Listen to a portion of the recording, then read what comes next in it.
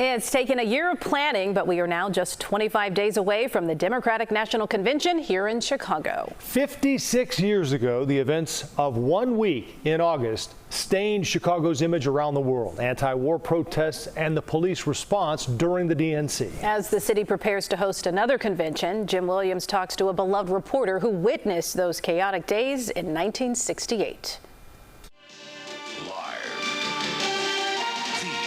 10 o'clock news. The crime rate in Chicago has been fairly steady recently. Before John Drummond, I thought I was on the forecastle of a tramp steamer, became a television legend here at WBBM.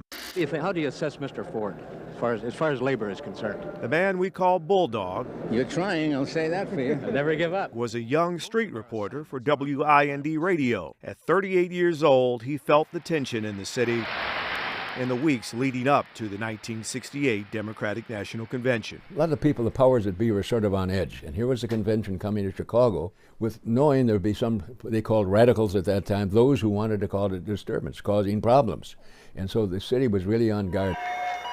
1968 was already inflamed. After the assassination of Dr. Martin Luther King Jr., riots erupted across the country, including Chicago. Senator Robert Kennedy, running for president, was murdered 2 months later. And anti-Vietnam War protesters were taking to the streets across the country. Thousands promised to be in Chicago for the DNC.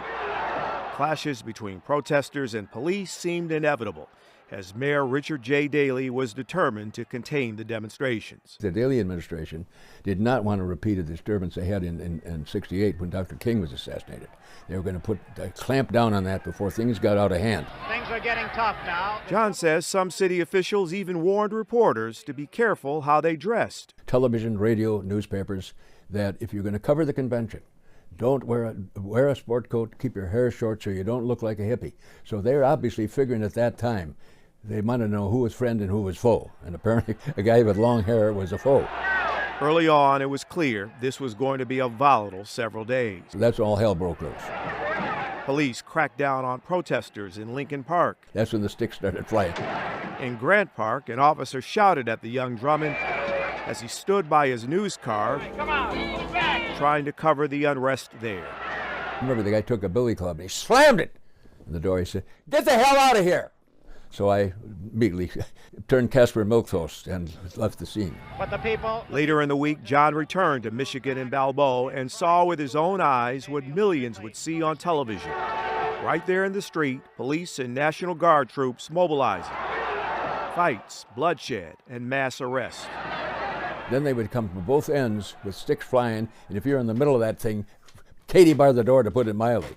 So we had it, myself and Mr. Booney, the program director, we ducked down in an alley and hid behind a garbage can. So we missed the sweep. And the convention will be in order. Inside the convention hall at the International Amphitheater, Democrats and the media decried how Mayor Daley and the city handled the protests. And with George McGovern as President of the United States, we wouldn't have to have Gestapo tactics in the streets of Chicago.